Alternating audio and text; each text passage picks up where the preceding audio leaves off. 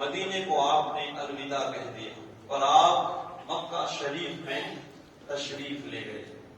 امام حسین رضی اللہ تعالیٰ جب آپ مکہ شریف گئے تو ذوق در ذوق بے شمار لوگ آپ کو ملنے کے لیے آئے، بڑے آپ سے محبت کرنے والے لوگ تھے۔ آپ بھی یہ ماحول جانتے ہیں، جب کوئی بڑا بزرگ ہمارے محلے میں بھی آتا ہے لوگ ملاقات کے لیے آتے ہیں، تو یہ تو امام علی مقام تھے۔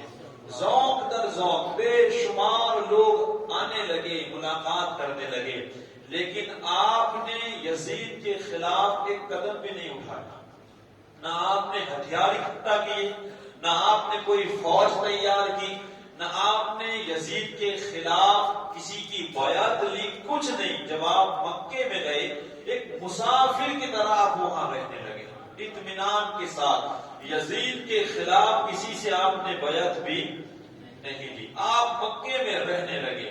ادھر کوفہ کے اندر لوگوں کو پتا چلا کہ امیر معاویہ رضی اللہ تعالیٰ عنہ کی وفات ہو چکی ہے، تو وہاں ایک بڑی میٹنگ کی گئی جس میں بڑے بڑے لوگ کوفہ کے لوگ تھے۔ یہ میٹنگ سلیمان کے گھر میں ہوئی، تو وہاں میٹنگ میں کیا چرچا ہوا، یہ لوگ تو امیر معاویہ رضی اللہ تعالیٰ عنہ کے وقت سے ہی امام حسین کو خطوط بھیجتے تھے۔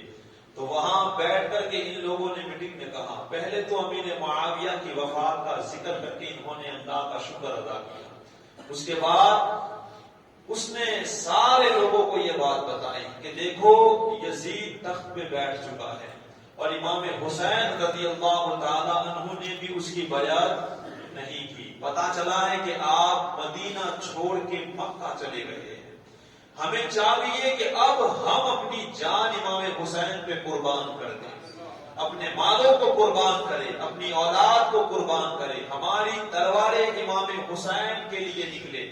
اب ہمیں چاہیے کہ ہم ان کی مدد کریں، ہم امام حسین کو کوفہ میں بلائیں اور ان کے ہاتھ پر بیعت کریں اور یزید کے خلاف ہم لڑیں۔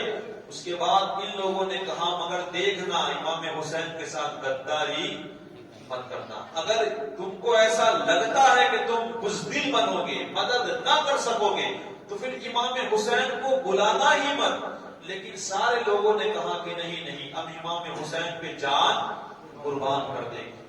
آخر کار میٹنگ ہوئی، اس کے بعد ان لوگوں نے خط بھیجنا شروع کیا۔ 1 2 5 10 خطوں کی بات ہوتی تو ٹھیک تھی، بتایا گیا ہے کہ 2 یا 3 بوریاں بھر کے خط گئے۔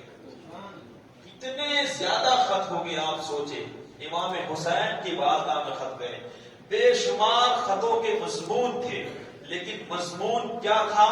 سب سے بڑا وہ یہی تھا کہ اے امام علی مقام، امیر معاویہ رضی اللہ تعالیٰ عنہ تو وفات پا چکے ہیں، ہم لوگ یزید کے ہاتھ پہ بیعت کرنا نہیں چاہتے، ہم تو آپ کو اپنا خلیفہ مانتے ہیں، آپ کوفہ تشریف لائیے، ہم آپ کے ہاتھ پر بیعت کریں گے، آپ کے لیے جان دینے کے لیے بھی ہم حاضر ہیں۔ یہاں کا جو گورنر ہے وہ نعمان بن بشیر ہے، ہم اس کے پیچھے نہ جمعہ پڑھتے ہیں نہ اسے مانتے ہیں، آپ یہاں تشریف لائیں گے تو ہم اسے یہاں سے بھی نکال دیں گے، آپ یہاں تشریف لے آئے۔ ایسے خطوط امام حسین رضی اللہ تعالیٰ عنہ کی بارگاہ میں بھیجے گئے۔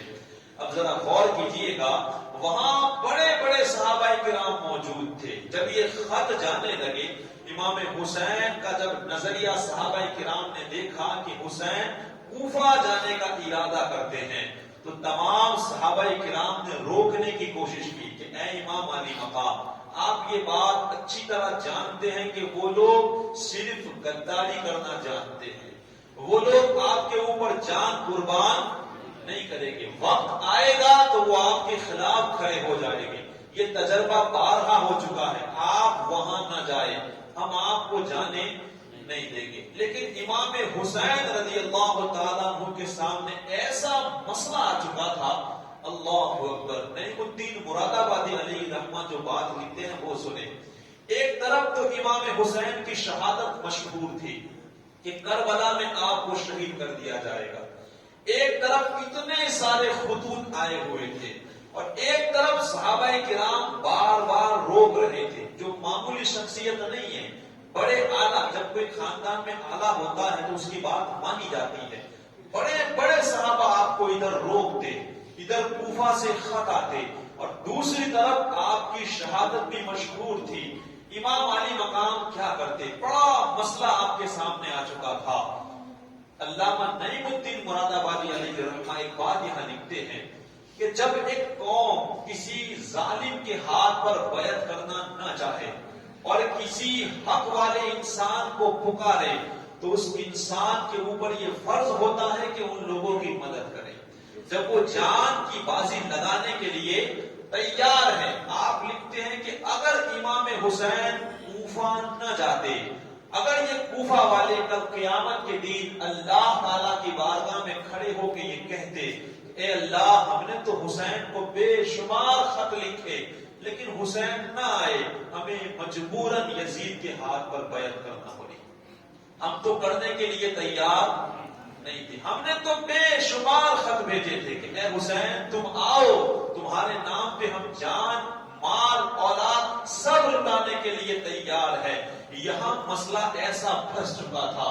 امام علی مقام کیا کرتے؟ صحابہ نے بار بار سمجھایا، آخرکار امام حسین رضی اللہ تعالیٰ عنہ فرماتے ہیں کوئی بات نہیں، اگر ان لوگوں نے غداری کی تو ان کی کوئی ضرورت نہیں، میں تنہا یزید کے ساتھ لڑنے کے لیے کافی ہوں، میں تنہا لڑوں گا لیکن یزید کے آگے جھکنے والا نہیں. آپ نے کہا، آپ نے جب جانے کا ارادہ کیا تو یہاں ایک مسئلہ اور ان لوگوں نے نکالا.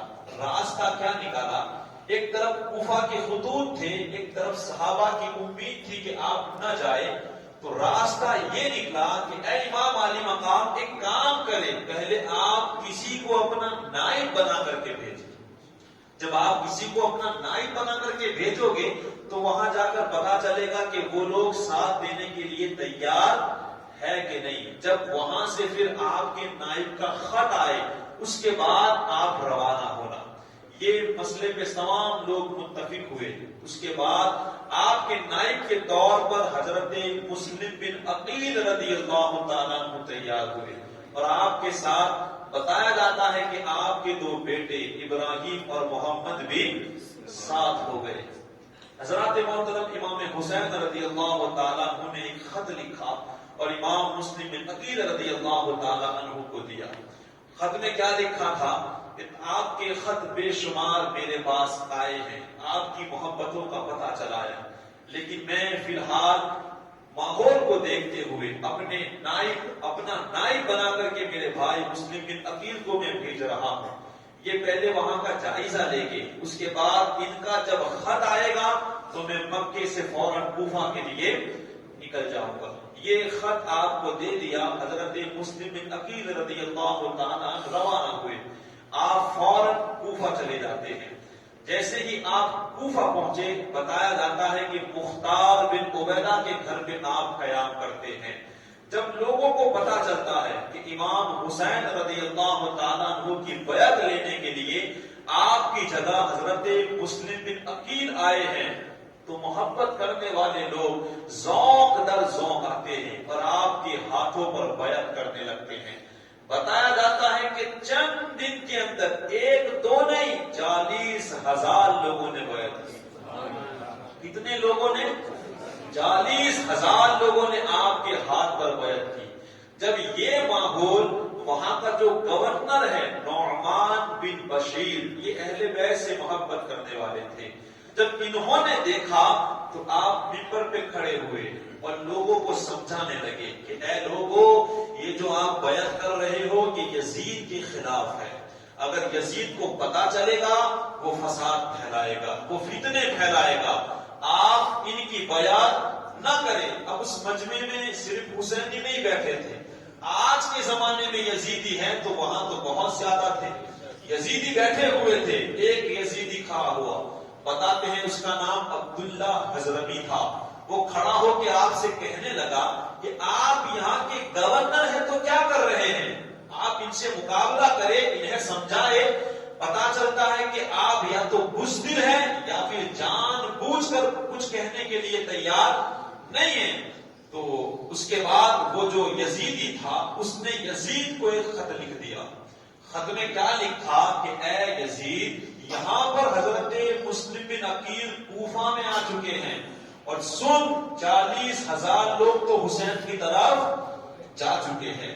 اگر تو نے ابھی بھی کوفہ کا ماحول نہ سنبھالا تو یاد رکھ یہ کوفہ تو فتح کر لے گے، لیکن یہاں سے یہ قافلہ جب وہاں آئے گا تو تیرا تختہ بھی الٹ کے رکھ دے گا۔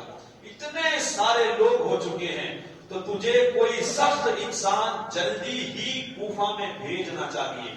ایسا خط اس نے لکھ کر کے یزید کی طرف روانہ کر دیا۔ یہ خط جیسے ہی یزید کو ملا وہ بڑا غضبناک ہوا، بڑا غصے میں آیا، اور اس نے اپنے جو خاص ساتھی لوگ تھے ان کو بلایا اور مشورہ کیا کہ اب کیا کیا جائے۔ کوفہ کے اندر حضرت مسلم بن عقیل جلوہ گر ہو چکے ہیں اور وہ لوگوں سے بیعت بھی کرانے لگے ہیں۔ تو ان لوگوں نے کہا کہ ایک کام کیا جائے، ایک دوسری جگہ ہے بصرہ، وہاں کا جو گورنر تھا اس کا نام ہے عبداللہ ابن زیاد، بڑا مشہور نام ہے ابن زیاد۔ وہ بڑا سخت اور بڑا کمینہ انسان تھا، وہ بڑا بدماش اور بڑا سخت تھا۔ تو لوگوں نے کہا کہ تو کوفہ میں اس کو بھیج دے، یہاں کا تو گورنر تھا ہی، وہاں کا بھی تو اسے بنا دے۔ تو یزید نے پھٹافٹ ایک خط لکھا اور ایک ساتھی کے ساتھ، ایک سپاہی کے ساتھ فوراً روانہ کیا۔ اس نے خط میں کیا لکھا کہ اے ابن زیاد، تو بصرہ کا گورنر ہے، لیکن جا، میں نے کوفہ کا بھی تجھے گورنر بنا دیا، تو کوفہ فوراً چلا جا، وہاں حضرت مسلم بن عقیل رضی اللہ تعالیٰ عنہ آئے ہوئے ہیں، پہلے تو ان کو گرفتار کر، اس کے بعد تو شہر سے ان کو باہر نکال دے۔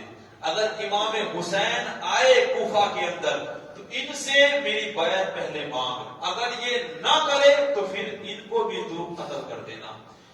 ایسا خط یزید نے ابن زیاد کی طرف روانہ کیا۔ ابن زیاد کو جب یہ خط ملا تو اس نے فوراً ہی اپنا سامان بانٹنا شروع کر دیا تاکہ وہ کوفہ چلا جائے، اور بصرہ کے اندر اپنے بھائی عثمان کو اپنی جگہ اس نے نائب بنایا۔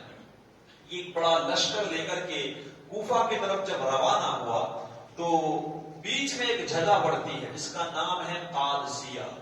یہ وہاں آ کر کے اس نے کافی لشکر وہیں چھوڑ دیا۔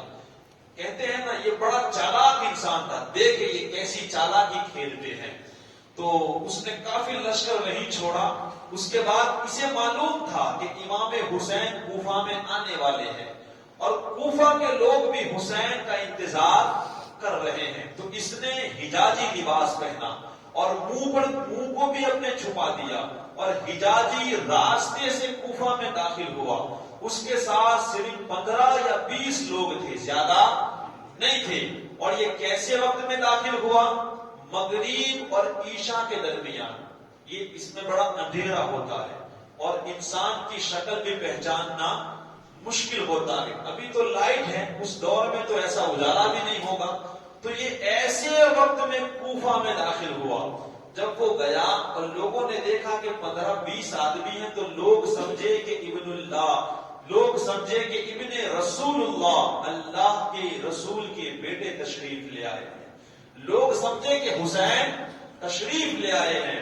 تو لوگوں نے کیا کیا؟ بڑا استقبال کیا، بڑے نعرے لگائے، مرحبا کے نعرے لگائے، کیونکہ حضرت مسلم بن عقیل نے جب ماحول دیکھا اتنے سارے لوگ بیعت کر رہے ہیں، تو آپ نے ایک خط امام حسین کو روانہ کر دیا تھا اور لوگ انتظار کر رہے تھے۔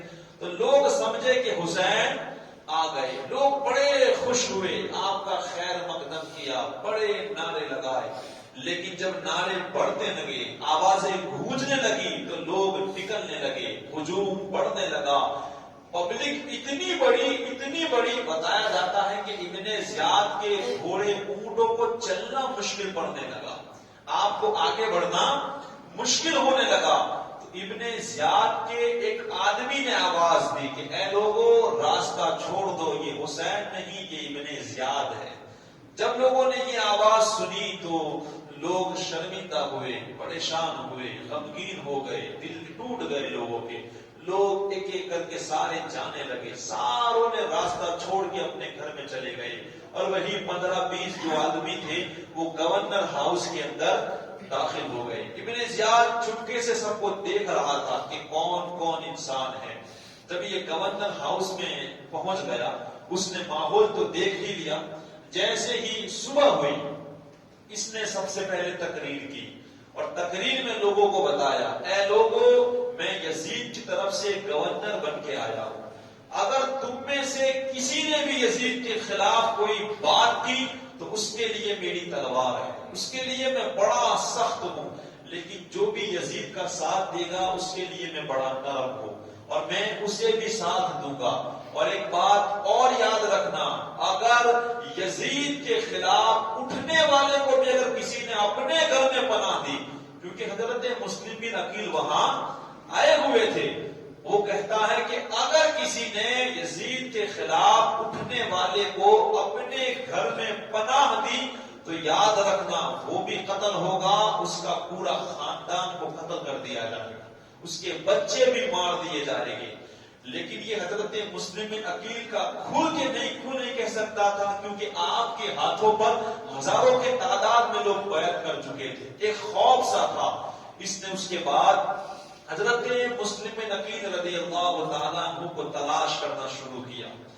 جب آپ آئے تھے تو مختار بن عبیدہ کے گھر تھے, لیکن جب ابن زیاد آیا اور آپ کو تلاش کرنے لگا تو حضرت مسلم بن عقیل سمجھ گئے کہ سب کو معلوم ہے کہ میں یہاں ہوں, تو آپ نے گھر چینج کر دیا.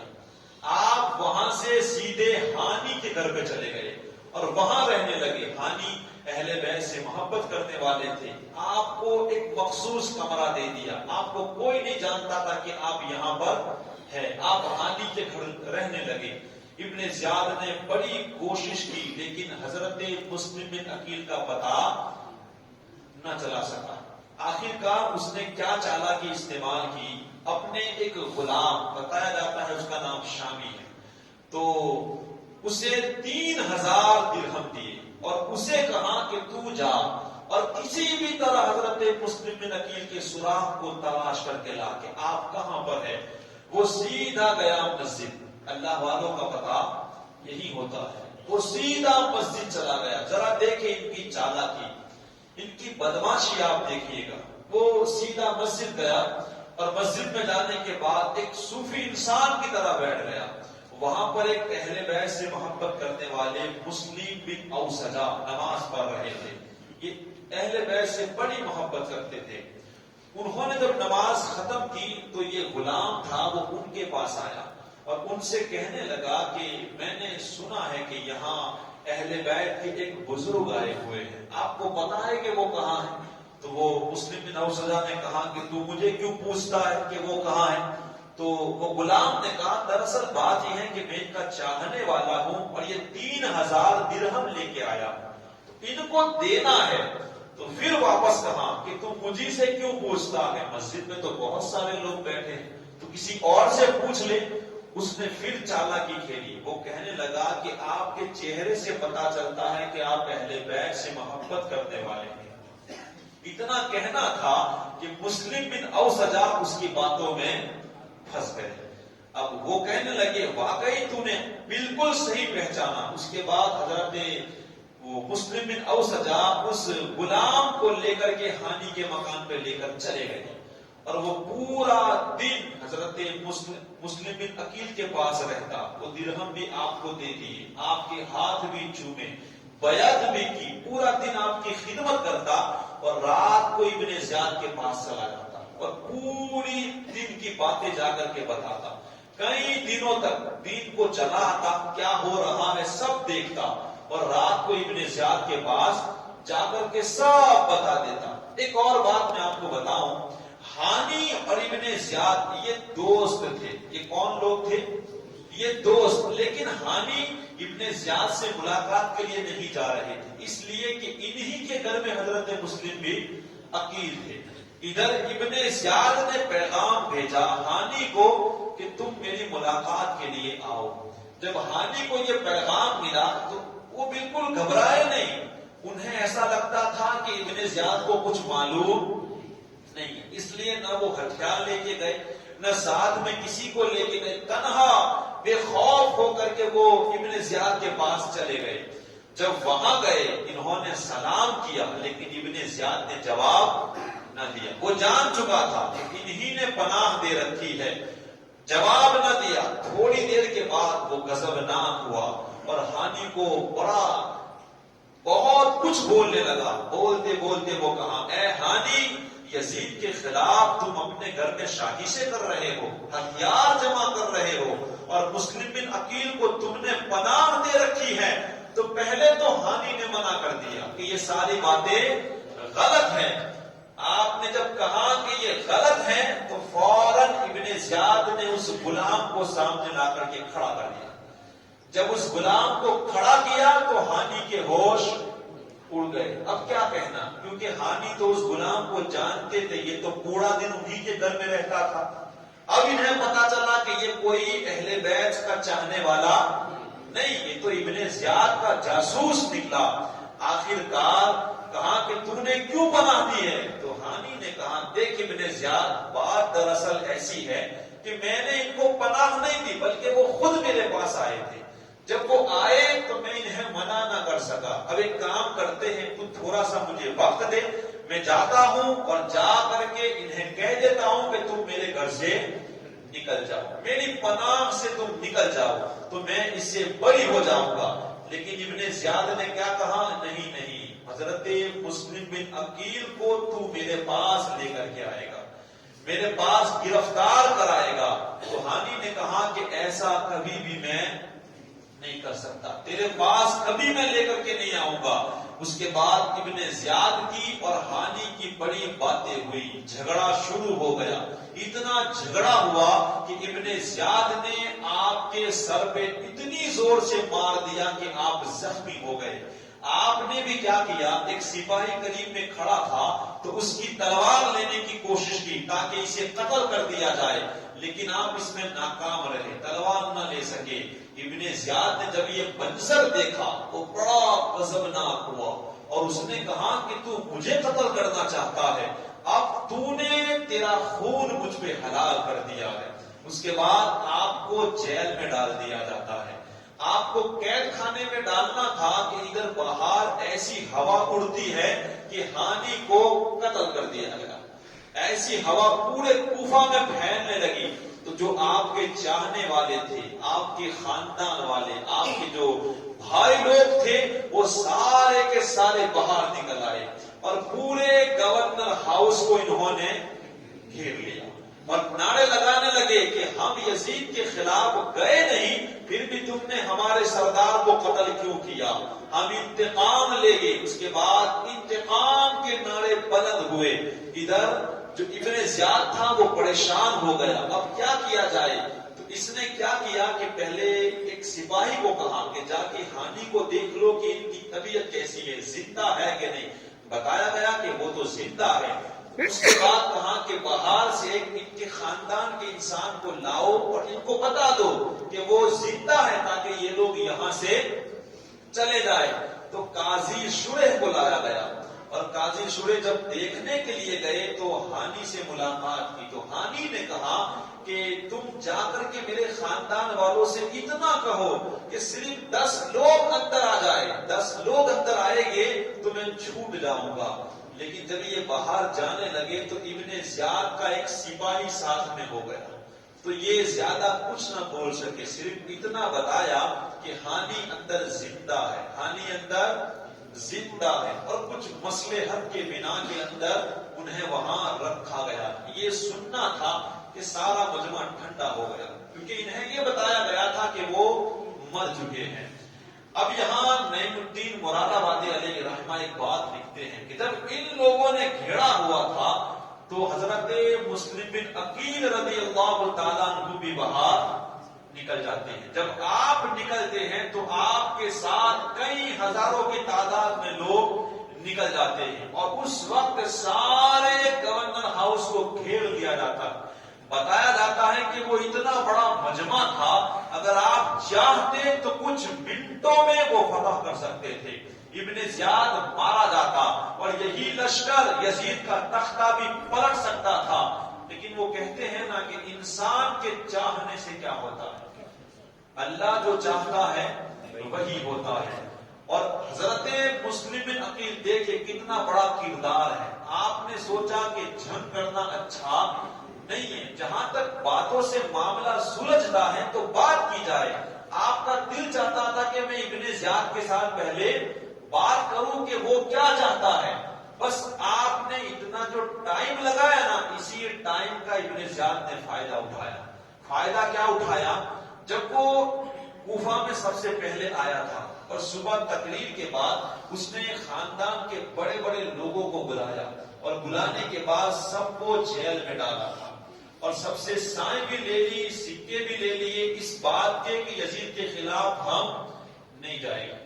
اب ابن زیاد نے جتنے لوگ بڑے بڑے جو پکڑ کے رکھے تھے ان لوگوں کو بلایا، اور بلانے کے بعد کہا کہ دیکھو تمہارے خاندان والوں نے پورا گورنر ہاؤس کو گھیرے رکھا ہے، تم دیوار پہ چڑھو، اوپر جاؤ، اپنے چاہنے والوں کو بلاؤ، اور بلانے کے بعد ان کو کہو کہ تم حضرت مسلم بن عقیل کا ساتھ چھوڑ دو. تم ان کو سمجھاؤ کہ اپنی جانوں پر بھی رحم کھائے، اپنے بچوں پر رحم کھائے، تمہارے اوپر رحم کھائے. اگر یہ لوگ یہاں سے نہ گئے اور اگر مسلم بن عقیل نے حملہ بھی کیا، مگر تم تو اندر مارے ہی جاؤ گے، تم کو تو اندر قتل ہی کر دیا جائے گا. اوپر جا کے تم سمجھاؤ. وہ لوگ اوپر چڑھنے لگے اور اپنے اپنے قبیلے والوں کو، اپنے اپنے چاہنے والوں کو ان لوگوں نے سمجھایا. ایک نکلا، دو نکلا، نکلتے نکلتے بے شمار لوگوں نے حضرت مسلم بن عقیل کا ساتھ چھوڑ دیا. ظہر میں کم ہوئے، عصر میں اس سے کم ہوئے. بتایا جاتا ہے کہ ہزاروں کی تعداد تھی. جب آپ مغرب کی نماز کے لیے کھڑے ہوئے تو صرف 500 لوگ رہ چکے تھے. کتنے؟ 500 آدمی تھے. بتایا جاتا ہے آگے کہ جب آپ نے اللہ اکبر کہا تو 500 تھے. جب آپ نے سلام پھیرا تو پیچھے ایک بھی نہیں.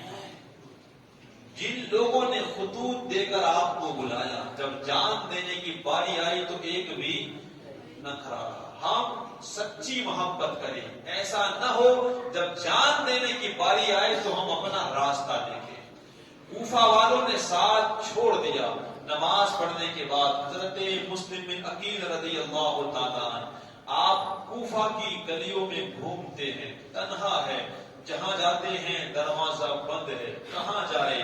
جب حضرت امام حسین کی یاد آتی ہے تو زار و قطار روتے ہیں کہ میں نے تو اپنے خط کو روانہ کر دیا ہے، میرے بھائی کو جب خط ملے گا وہ فوراً مکہ چھوڑ کے کوفہ کی طرف آنے لگے گا. حسین کو یاد کر کے بے حد روتے ہیں. آپ کوفہ کی گلیوں میں گھوم رہے ہیں، کوئی نہیں ہے جو آپ کو پناہ دے. پیاس لگی ہے، کوئی نہیں ہے جو پانی پلائے. بھوک لگی ہے، کوئی نہیں ہے جو کھانا کھلائے. ایسا لگتا تھا جیسے پورا شہر آپ کے لیے اجنبی ہو. ایک ایسے مسافر آپ بن گئے.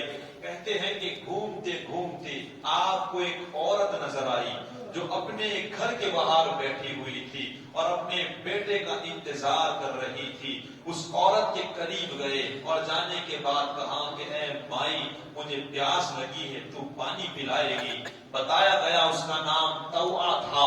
وہ اہل بیت سے محبت کرنے والی تھی، اخلاق مند عورت تھی، اس کا کردار بڑا اچھا تھا. اس نے کہا کوئی بات نہیں، میں آپ کو پانی پلاتی ہوں. آپ وہیں بیٹھ جاتے ہیں. وہ عورت پانی لینے کے لیے گئی. جب پانی لے کر باہر آئی آپ نے پانی پیا. وہ عورت جب برتن رکھنے کے لیے واپس گئی اور واپس جا کر کے جو باہر نکلی تو آپ باہر بیٹھے ہوئے تھے. اس نے کہا کہ اے انسان، تو نے پانی پی لیا، اب یہاں تو کیوں بیٹھا ہوا ہے؟ اپنے گھر جا. ذرا سوچے آپ کے دل پہ کیا گزری ہوگی. کہاں جائے؟ اس عورت نے دوسری مرتبہ کہا کہ اے انسان اٹھو، یہاں سے اپنے گھر جاؤ، تم نے پانی پی لیا. حضرت مسلم بن عقیل خاموش رہے. اس نے 2-3 مرتبہ کہا اے انسان تم نے پانی پی لیا، تم اپنے گھر جاؤ. حضرت مسلم بن عقیل فرماتے ہیں جس کا گھر ہی نہ ہو وہ کہاں جائے گا؟ تنہا مسافر کہاں جائے گا اے مائی؟ تو وہ کہنے لگی آپ کی بات میں سمجھی نہیں، آپ کیا کہنا چاہتے ہو؟ ذرا یہ بات سوچو، ذرا دین ہم تک کیسے پہنچا ہے. آج ہم حضور کے لیے کیا کر رہے ہیں. ان قربانیوں کو ہم نے یاد رکھا کہ نہیں؟ ہم نے کتنا اس کو اپنی زندگی میں لایا؟ سوچے کیسی زندگی کی گزری ہے، حضرت مسلم بن عقیل کے سینے پہ کیا گزری ہوگی، یہ لمحے ان کے لیے کیسے ہوگے؟ تنہا تھے وہ کہہ رہے ہیں مائی میں وہ شخص ہوں جسے کوفہ والوں نے بلایا، خطوط دے دے کر بلایا، وعدے کیے ہم جان دیں گے، وعدے کیے ہم اولادیں بھی دے دیں گے، وعدے کیے ہم مال لٹا دیں گے، آج کوئی نہیں ہے، میں تنہا رہ چکا ہوں۔ مجھے حضرت مسلم بن عقیل کہتے ہیں اتنا سننا تھا، وہ عورت کہنے لگی آپ مسلم بن عقیل ہو؟ کہا ہاں ہوں۔ آپ کہتے ہیں اے مائی تو مجھے پناہ دے، اگر مجھے زندگی ملی تو میں اس کا تجھے بہترین بدلہ دوں گا، بہترین بدلہ، اور اگر میں تجھے بہترین بدلہ نہ دے سکا تو اللہ اور اس کے رسول تجھے اس کا بدلہ ضرور عطا فرما دیں گے۔ وہ آپ کو چاہنے والی تھی، وہ فوراً آپ کو اپنے گھر کے اندر لے گئی، کھانا پیش کیا، ایک اچھا کمرہ دیا، کھانا پیش کیا، پانی پیش کیا، لیکن آپ نے کھایا بھی نہیں، پانی بھی نہ پیا، آپ بیٹھے ہوئے تھے۔ جب اس کا بیٹا گھر آتا ہے، ماں کو بار بار اس کمرے میں جاتا دیکھتا ہے، تو بیٹا کہتا ہے کہ ماں اندر کیا ہے؟ ماں نے کہا کچھ نہیں، بار بار اصرار کرنے پر بتایا کہ بیٹا آج ہمارے مہمان حضرت مسلم بن عقیل بنے ہوئے، لیکن بیٹا شرابی تھا، بیٹا بھی ایسا ہی تھا۔ بیٹے نے سوچا کہ حضرت مسلم بن عقیل ہے، جب صبح ہوئی تو اس نے اشعث کو خبر دے دی کہ میرے گھر مسلم بن عقیل ہے، اور اشعث نے جا کر کے ابن زیاد کو بتا دیا۔ ابن زیاد نے اس کے ساتھ ایک چھوٹا سا لشکر بھیجا آپ کی گرفتاری کے لیے۔ جب آپ کے گھر کے پاس وہ گھوڑے آئے اور ٹانپوں کی جب آپ نے آواز سنی، آپ سمجھ گئے کہ ہو نہ ہو یہ میری ہی گرفتاری کے لیے آ رہے ہیں۔ آپ نے فوراً اپنی تلوار کو سنبھالا۔ جب وہ گھر کے اندر داخل ہونے لگے، ایک ایک کر کے آنے لگے، آپ سب کو جہنم میں پہنچانے لگے۔ کئی لوگوں کو آپ نے مار گرایا۔ جب ان لوگوں نے دیکھا کہ اس بندے کے ساتھ اس طرح ہم مقابلہ نہیں کر سکتے تو یہ لوگ باہر نکل گئے اور بزدلانہ حملہ کیا۔ کیسا؟ اوپر سے پتھر گرانے لگے اور آنکھ کے گولے بنا کر کے گرانے لگے۔ جب آپ نے دیکھا کہ یہ تو بزدل ہے سارے لوگ، آپ گھر سے باہر نکلتے ہیں اور باہر لوگوں کے ساتھ حملہ کرتے ہیں۔ ایسا حملہ کرتے ہیں، آپ ایسی بہادری دکھاتے ہیں کہ یہ لوگ پریشان ہو کر کے اشعث یہ اعلان کرتا ہے اے مسلم بن عقیل ہم تم کو امان دیتے ہیں، آپ ہم سے جنگ نہ کرے، تم کو امان دیتے ہیں۔ امان دی، بار بار وہ چلانے لگا۔ آپ نے کہا دیکھ تو امان دینے کی بات کرتا ہے، کہا ہاں میں تمہیں امان دیتا ہوں۔ آپ فوراً ایک دیوار کے ساتھ ٹیک لگا کر کے کھڑے ہو جاتے ہیں۔ آپ بھی بڑے زخمی ہو چکے تھے۔ آخرکار اس نے کہا کہ ہم تمہیں امان دیتے ہیں۔ حضرت مسلم بن عقیل نے کہا سوچ لینا، تو نے مجھے امان دی ہے، غداری نہ کرنا۔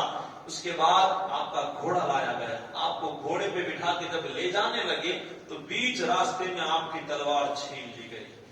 آپ نے اس وقت ارشاد فرمایا اے اشعث دیکھ یہ تیری پہلی غداری ہے۔ جب آپ گورنر ہاؤس کے پاس پہنچے، وہ ابن زیاد کی ملاقات کے لیے گیا اور کہا کہ میں مسلم بن عقیل کو لے آیا ہوں اور میں نے امان دی ہے۔ ابن زیاد نے کہا کہ تو کون ہوتا ہے امان دینے والا؟ میں نے تو تجھے گرفتاری کے لیے بھیجا تھا۔ وہ کچھ نہ بول سکا۔ اس کے بعد حضرت مسلم بن عقیل رضی اللہ تعالیٰ جب اندر جاتے ہیں، اللہ اکبر، ایک جو سپاہی تھا اس نے کہا کہ تم سلام کیوں نہیں کرتے؟ آپ نے ارشاد فرمایا اگر یہ میرا قتل کرنا چاہتا ہے تو اسے سلام کبھی نہیں کروں گا، اور اگر یہ میرا قتل نہیں کرنا چاہتا تو پھر زندگی بچے گی تو بہت سارے سلام کیے جائیں گے، بہت سارے۔ آخرکار ان دونوں کے درمیان بڑی باتیں ہوتی ہیں۔ جب ان کو شہید کرنے کا وقت قریب آتا ہے تو ابن زیاد کہتا ہے کہ کوئی آپ کی خواہش ہو تو بتاؤ۔ آپ کہتے ہیں ایک انسان کے کان میں مجھے کچھ باتیں کہنی ہے۔ آپ نے جب نظر دوڑائی، ایک انسان آپ کو نظر آیا کہ شاید یہ اہل بیت کا محبت کرنے والا ہوگا۔ اسے بلا کر کے آپ نے 3 باتیں کہی۔ ایک بات تو یہ کہی کہ اے انسان میرے سر پہ اتنا قرضہ ہے، تو میرا قرضہ ادا کر دینا۔ دوسری بات یہ کہی جب مجھے شہید کر دیا جائے تو میری لاش کو دفنا دینا۔ اور تیسری بات یہ کہی کہ امام حسین کے پاس کسی کو بھیج کر یہ خبر دے دینا کہ وہ یہاں نہ آئے، یہ غدار لوگ ہیں، تمہارا ساتھ نہ دیں گے۔ لیکن آپ کو نہیں معلوم تھا کہ وہ بھی ابن زیاد کا غلام تھا۔ آخرکار تینوں باتیں آپ نے تو راز کے طور پہ کہی، لیکن اس انسان نے ابن زیاد کو یہ تینیں باتیں کہہ دی۔ ابن زیاد نے کہا کہ قرضہ دینا نہ دینا یہ تیری مرضی ہے، لاش کی بات تو لاش کا تو بڑا ہم عبرت بنائیں گے۔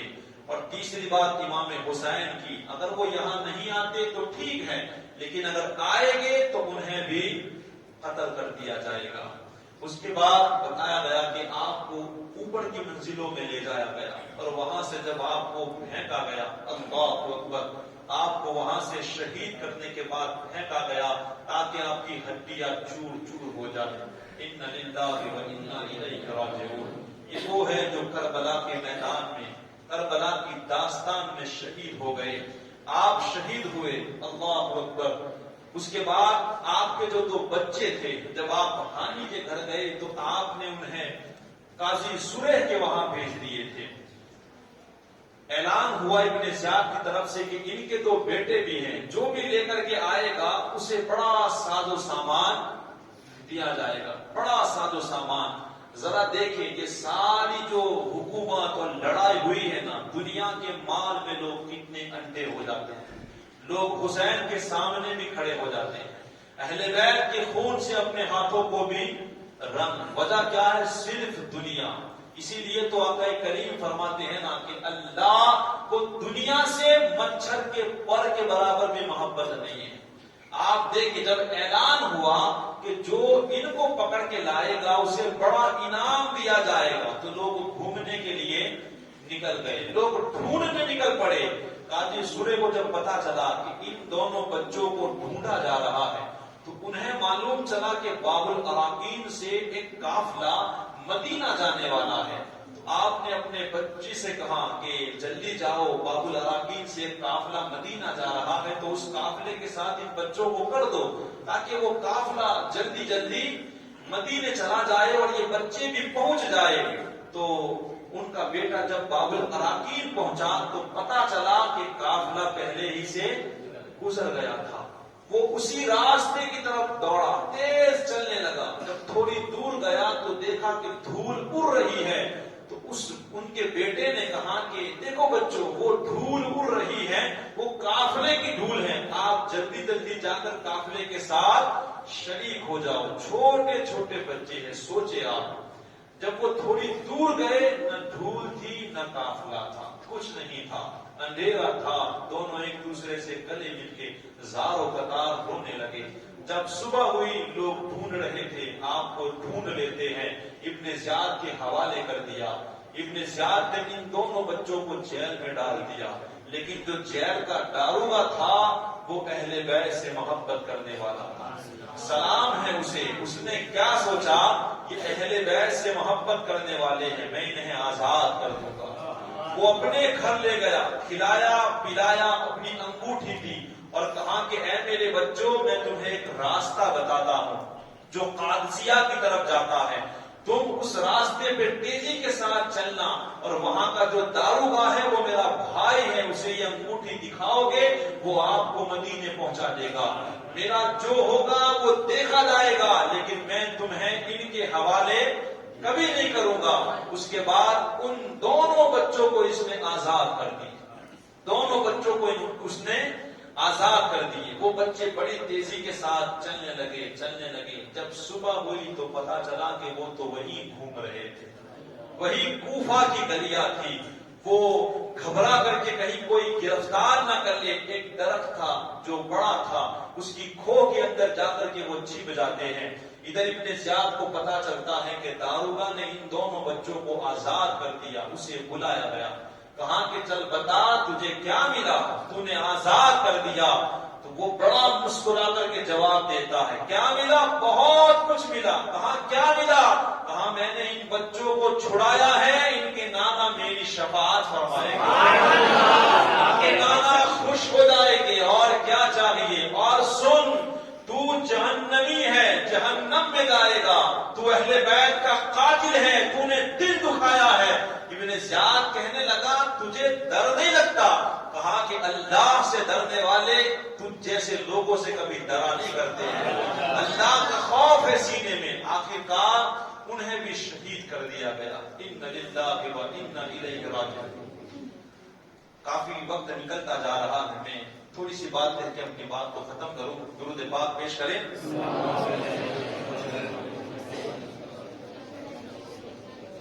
اللهم صل على سيدنا مولانا محمد كما تحب وترضى بأن تصلوا عليه۔ حضرات محترم، وہ بچے درخت کے ایک کونے میں چھپے ہوئے تھے۔ وہاں ایک قریب میں بتایا جاتا ہے کہ ایک کنواں تھا، تو وہاں ایک بانڈی پانی بھرنے کے لیے آئی، تو اس کی نظر ان بچوں پہ پڑ گئی۔ وہ چھپ رہے تھے، بڑے خوبصورت تھے۔ پاس گئی، کچھ باتیں ہوئی تو پتا چلا کہ یہ حضرت مسلم بن عقیل کے بچے ہیں۔ بات تو کوفہ میں مشہور ہو چکی تھی۔ اس نے کہا کہ تم میرے گھر چلو، میری جو مالکین ہیں وہ اہل بیت سے بڑی محبت کرتی ہیں، آپ لوگوں کی بڑی خدمت کرے گی۔ وہ گھبرائے ہوئے تھے۔ وہ نوکرانی انہیں لے کے جاتی ہے اور ان کی مالکین کو جب بچے دیتی ہیں وہ اتنی خوش ہو جاتی ہیں کہ اس باندی کو آزاد کر دیتی ہے۔ وہ بڑی خدمت کرتی ہے، ان بچوں کی بڑی خدمت کرتی ہے، نہلاتی ہے، اچھے کپڑے پہناتی ہے، کھلاتی ہے، پلاتی ہے۔ جب بچے چین سے سو جاتے ہیں تو رات کو اس مالکین کا شوہر آتا ہے جس کا نام تھا حارث۔ وہ آیا اور آ کر کے کہنے، بڑا پریشان تھا، تو اس کی عورت نے پوچھا کہ کہاں گئے تھے دن پر؟ کہا کہ میں انعام لینے کے لیے مسلم بن عقیل کے بچوں کو تلاش کر رہا تھا۔ کہاں تمہیں شرم نہیں آتی؟ انعام لینے کے لیے اہل بیت کے گھرانے کے بچوں کو آپ تلاش کر رہے تھے۔ وہ لڑنے لگا، جھگڑنے لگا کہ میرا گھوڑا بھی ان کے لیے تو مر چکا ہے، میں پیدل ان کو تلاش کیا لیکن ان کو میں نے کہیں نہیں پایا۔ آخرکار وہ کھا پی کے جب سو گئے، رات کو ان دونوں بچوں نے خواب دیکھا، اور خواب کیا دیکھا؟ ان کے نانا کو انہوں نے خواب میں دیکھا۔ اللہ ہمیں بھی ان کی زیارت کرائے۔ خواب میں دیکھا امام حسن کو دیکھا، مولا علی کو دیکھا، ماں فاطمہ کو دیکھا، حضرت مسلم بن عقیل کو دیکھا، اور انہوں نے کیا سنا کہ حضور حضرت مسلم بن عقیل سے فرما رہے تھے کہ اے مسلم بن عقیل، اپنے بچوں کو ساتھ لے کر کے نہیں آئے، کہاں چھوڑ کے آئے ہیں؟ ان کے بابا نے کہا کہ حضور وہ پیچھے ہی تشریف لا رہے ہیں۔ یہ خواب دیکھا، دونوں بچے جاگ گئے اور زاروں قطار رونے لگے اور ایک دوسرے سے کہنے لگے اب ہمارے بھی شہید ہونے کا وقت آ چکا ہے۔ جب زور زور سے ان کی آوازیں بڑھی، یہ رونے لگے تو حارث جاگ جاتا ہے۔ وہ اپنی عورت سے کہتا ہے کہ یہ کس کی آواز ہے؟ وہ بار بار چھپانے کی کوشش کرتا ہے، لیکن پھر وہ چراغ لے کر کے اس کمرے کی طرف جاتا ہے اور ان سے پوچھتا ہے کہ تم کس کے بچے ہو؟ بچے تو سمجھ رہے تھے کہ یہ گھر ہمارے لیے امان ہے، اچھا ہے۔ انہوں نے فوراً کہہ دیا ہم تو حضرت مسلم بن عقیل کے بچے ہیں۔ وہ بڑا غضبناک ہوا کہ جسے پورا دن میں تلاش کرتا رہا، میرا گھوڑا مر گیا، مجھے پیدل چلنا پڑا اور میرے ہی گھر میں وہ پناہ لیے ہوئے ہیں، ان کو بہت زیادہ مارا۔ اس نے رسیوں سے آنکھ کو باندھ دیا۔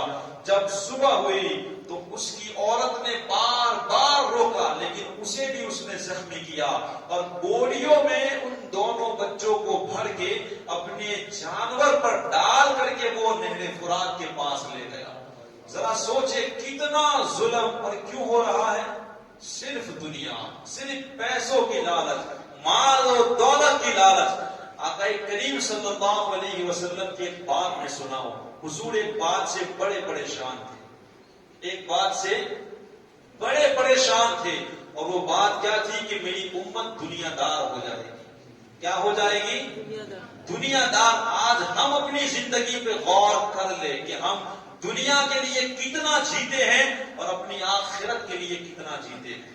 ایک چند پیسوں کے لیے ہم رات آسانی کے ساتھ گزار سکتے ہیں، لیکن اللہ کے لیے اپنی زندگی میں کبھی ایک رات بھی ہم مصلی پہ نہیں گزار پاتے۔ پورا دن پیسوں کے لیے کما سکتے ہیں، لیکن اللہ کی محبت کا دم، حضور کی محبت کا دم اور فجر کو ہم نہیں اٹھا سکتے۔ وہ سجدہ جس کو حسین نے بچایا، آج ہم اسی کو چھوڑے بیٹھے ہیں. اللہ خیر فرمائے. یہ صرف دنیا کی لالچ میں ایمان کو برباد کر چکے تھے، صرف انعام کی لالچ میں کہ کچھ انعام ملے. اہل بیت کے خون سے اپنے ہاتھوں کو وہ رنگ رہے تھے. نہر فرات میں دونوں بچوں کو وہ لے گیا، اور لے جانے کے بعد اس کی بیوی وہاں بھی آئی، روکنے کی کوشش کی، لیکن ایسا بھوت سوار تھا مال و دولت کا، ان دونوں بچوں کو وہ شہید کر دیتا ہے. اِنَّ لِلَّهِ وَإِنَّا إِلَيْهِ رَاجِعُونَ. اس کے بعد وہ دونوں سر لے کر کے ابن زیاد کے پاس جاتا ہے. ایک بوری میں دونوں سر رکھے ہوئے تھے، اور دونوں سر ابن زیاد کو دے کر کے کیا کہتا ہے؟ اے ابن زیاد دیکھ، یہ تیرے دشمنوں کے سر ہے، یہ تیرے دشمنوں کے سر ہے. ابن زیاد کہتا ہے کہ میرے دشمن، میرے کون دشمن ہے؟ وہ دونوں سر نکالتا ہے اور کہتا ہے کہ دیکھ، یہ حضرت مسلم بن عقیل کے بیٹوں کے سر ہے. ابن زیاد بڑا غضبناک ہوا اور کہنے لگا کہ یہ تو نے کیا کیا؟ تو نے انہیں قتل کر دیا. میں نے تو یزید کو خط بھیجا ہے کہ میرے پاس دونوں بچے زندہ ہیں، اگر وہ کہے گا تو میں زندہ کیسے بھیجوں گا؟ تو نے یہ کیا کیا؟ وہ کہنے لگا کہ مجھے ڈر لگ رہا تھا اگر میں لے کر کے آؤں گا کوئی مجھ سے چھین نہ لے. ابن زیاد نے کہا کہ تو مجھے خبر کر دیتا، میں لشکر بھیجتا. آخر کار ابن زیاد نے حکم دیا اور حارث کا بھی سر تن سے اڑا دیا گیا. شاعر کہتے ہیں کہ نہ خدا ہی ملا، نہ وصال صنم، نہ ادھر کے رہے اور نہ ادھر کے رہے. بات بڑی لمبی ہے، تو ہم سوچے کہیں ایسا نہ ہو کہ دنیا کے چکر میں ہماری دنیا بھی برباد ہو جائے اور ہماری آخرت بھی برباد ہو جائے. اللہ نے ہمیں بڑی عقل دی ہے، مال و دولت کماؤ، لیکن اسلام کو ہمیشہ اپنی نظروں کے سامنے رکھو کہ ہم جو کرنے کے لیے جا رہے ہیں، اسلام ہمیں کیا پیغام دیتا ہے، قرآن کیا کہتا ہے، حدیث کیا کہتی ہے. ہم اپنی مرضی سے کوئی کام نہ کریں، اور اسلام جو کہے سر جھکا کر کے اس کے اوپر عمل کرنے کی کوشش کرے، ہم کو اچھا لگے یا نہ لگے. اسلام جو کہتا ہے سچے حسینی بنے. ایسا نہ ہو کہ صرف محرم کے اندر جوش آئے. حسین کے 12 مہینے ہیں، صرف محرم حسین کا نہیں ہے، پورا زمانہ حسین کا ہے. تو پورا سال ہمیں ذکر کرنا چاہیے، ان کو یاد کرنا چاہیے. انہوں نے جس کو بچایا، ہمیں بھی اس کو بچانے کی کوشش کرنی چاہیے. دونوں بچوں کو بھی شہید کر دیا جاتا ہے. آخری جملہ میں کہہ دوں کہ جب خط امام حسین کو ملتا ہے تو آپ مکے سے اپنی روانی کربلا کی طرف قائم و دائم کر دیتے ہیں. وقت کافی ہو چکا ہے، انشاءاللہ یہاں سے آگے بیان کرنے کی میں کوشش کروں گا. دعا کرتے ہیں اللہ تبارک و تعالی ہماری محفلوں کو قبول و مقبول فرمائے. استغفر اللہ ربی من کل ذنب واتوب الیہ وما علینا الا البلاغ. السلام علیکم ورحمۃ اللہ وبرکاتہ.